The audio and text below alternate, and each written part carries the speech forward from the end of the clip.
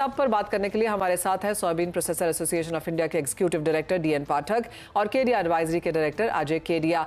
Mister पाठक, नमस्कार, शुक्रिया आपका साथ देने के लिए। और क्लियरली एक तरफा गिरावट अब यहां पर सोयाबीन के प्राइसेस में देखने को मिली है। यूएस में 4 साल के लोज पर, भारतीय बाजारों में 10 साल के लोज पर अब सोयाबीन के प्राइसेस। ऑफकोर्स जो प्रेशर है वो सब तरफ से यहाँ पर आता हुआ नजर आ रहा है। सेंटिमेंट पूरी तरह से यहाँ पर वीक है। यहाँ से कैसे देखते हैं आप प्राइसेस? आप प्राइसेस की बात यहाँ पर नहीं करते हैं, लेकिन जिस तरह का ट्रेंड है यहाँ पर, जिस तरह की बेरिशनेस है, कितनी और बरकरार रहती है? देखिए, सबके सामने फैक्ट्स हैं कि सोयाबीन की उपज कितनी है, डिमांड कितनी है, सप्लाई कितनी है, ग्लोबल सप्लाई कितनी है सोयाबीन की बढ़ी हुई।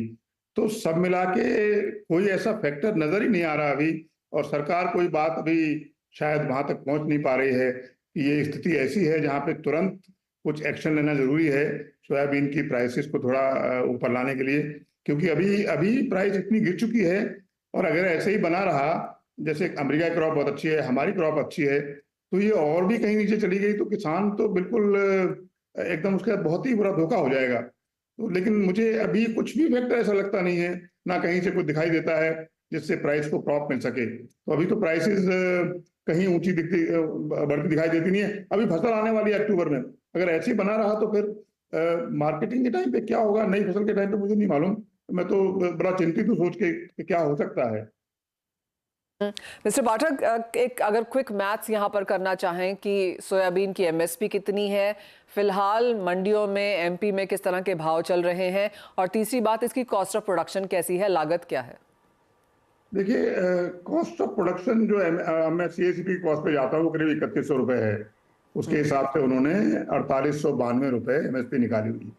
मंडी में जो भाव इस वक्त चल रहा है वो 41-42 रुपए चल रहा है, जो कि बहुत कम है, एमएसपी से 600 रुपए कम है। ऑब्वियसली प्लांट तक जाते जाते करीब 200-250 रुपए भाव बढ़ जाता है, क्योंकि उसमें और चीजें शामिल होती है, मंडी टैक्स भी उसमें लगता है। तो सब मिला के ये जो मंडी भाव अभी चल रहा है 41-42 रुपए, ये कहीं से प्रॉप होता दिखता नहीं है। प्रोडक्शन कॉस्ट मैंने आपको बता दी 3162 रुपए है। किसान डेफिनेटली ठगा हुआ महसूस कर रहा है, क्योंकि हर चीज के दाम बढ़ रहे हैं। खाद के दाम बढ़ रहे हैं, दवाई के दाम बढ़ रहे हैं, लेबर के दाम बढ़ रहे हैं, पानी के दाम बढ़ रहे हैं, बिजली बढ़ रही है। सब तरफ से किसान के ऊपर मार है, और उसकी उपज का दाम जो है वो हम उसको ऊपर नहीं लेके आ पा रहे हैं, एक रीजनेबल लेवल तक भी नहीं आ पा रहा है। ये बहुत चिंता की बात है। अब मुझे नहीं पता आप इसमें कैसे मदद करेंगे, कुछ करके दिखाइए ना। इसीलिए आपसे यहाँ पर बात हो रही है, इसी को बात हम आगे पुश भी करने वाले हैं मिस्टर पाठक। तो जैसे आपने कहा, जो कॉस्ट ऑफ प्रोडक्शन है और जिस तरह का एमएसपी है और जिस तरह के भाव यहाँ पर चल रहे हैं, तो क्लियरली एक लॉस मेकिंग प्रोपोजिशन नजर आता है। जिस तरह का हमने सस्ता इंपोर्ट यहाँ पर होता हुआ देखा, और हमें मालूम है कि काफी एसोसिएशंस यहाँ पर लगातार सरकार से बात करती रही हैं। अब वहां से क्या सुनना है? क्योंकि पहले इलेक्शन की बात हो रही थी, उसके बाद था कि ठीक है मानसून और बुआई एक बार हो जाने दीजिए। अब ये सुनने में आ रहा है कि फेस्टिवल से पहले कंज्यूमर्स को महंगे भाव यहाँ पर देखने को नहीं दिए जाएंगे। तो क्लियरली एक खिंचता हुआ सा मामला है। लेकिन आपको लगता है अक्टूबर तक, और वो बिल्कुल दिवाली से पहले होगा, क्या क्या सेंस है, क्या बातचीत आपकी हो रही है? मुझे लगता है गवर्नमेंट की प्रायोरिटीज कहाँ है, मुझे तो नहीं मालूम, समझ में आ रहा कि भाव कितने कम करने हैं। इस पे थोड़ा सा चर्चा करनी चाहिए कि कितने भाव चाहिए। अगर तेल फ्री में देना है तो फिर तेल फ्री में मुफ्त मंगा लेते हैं, कोई जरूरत ही नहीं है। सरकार को पूरा सब्सिडाइज कर देना चाहिए। कोई चीज का कितना भाव होना चाहिए, उसको कोई रीजनेबलनेस होनी चाहिए। अभी तो रीजनेबलनेस भी नहीं है। सोयाबीन के क्रूड का भाव 88 रुपए था कल, जो कि इतना ऑल टाइम लो है। मतलब सब चीज के दाम बढ़ रहे हैं, लेकिन सोयाबीन के तेल का दाम नहीं बढ़ रहा। मील के भाव कम है, सोयाबीन के भाव कम है। सरकार फेस्टिवल की अगर बात करे भी तो इतना तेल हमने इंपोर्ट कर लिया है पिछले 2 महीने में कि कहीं कोई कमी आने वाली नहीं है, कहीं कोई कमी आने वाली नहीं है। और अगर मैं अपनी डेली एक आम घर का खर्चा देखूं, तो अगर 15 किलो आदमी खाता है और घर में 5 लोग हैं, तो साल में 75 किलो तेल चाहिए उसको। जी, नहीं, 15 किलो महीने का चाहिए, 5 किलो का चाहिए, 15 75 किलो चाहिए। अब 75 तो किलो तेल पे अगर आई 10 गेट दैट। रुपए। मिस्टर पाठक, खाली एक चीज बताइए, अगर हमें सरकार, आप सरकार से बात कर रहे हैं, अगर हम सरकार से बात कर रहे हैं, तो वो क्या एक चीज है जो आप सरकार को बोलना चाहेंगे? आपके हिसाब से क्या वो ऑप्शन है जिसकी वजह से ये पूरी जो चीज है, जो पूरा कंसर्न है, ये कहीं कहीं हैंडल हो जाए? 3 चीजें। नंबर जी 1, इंक्रीज जी। Duty immediately. नंबर 2, भावांतर लागू करें, प्राइस डिफरेंस रिम्बर्समेंट सिस्टम है उसको तुरंत लाए सरकार। और तीसरा, सरकार जो कर सकती है वो सरकार खुद 15-20-25 लाख टन सोयाबीन खरीदे, ताकि सोयाबीन के भाव को ये 3 के अलावा और कोई तरीका नहीं है कि भाव को प्रॉप मिल सके, considering the current demand supply situation. ये 3 काम सरकार कर सकती है।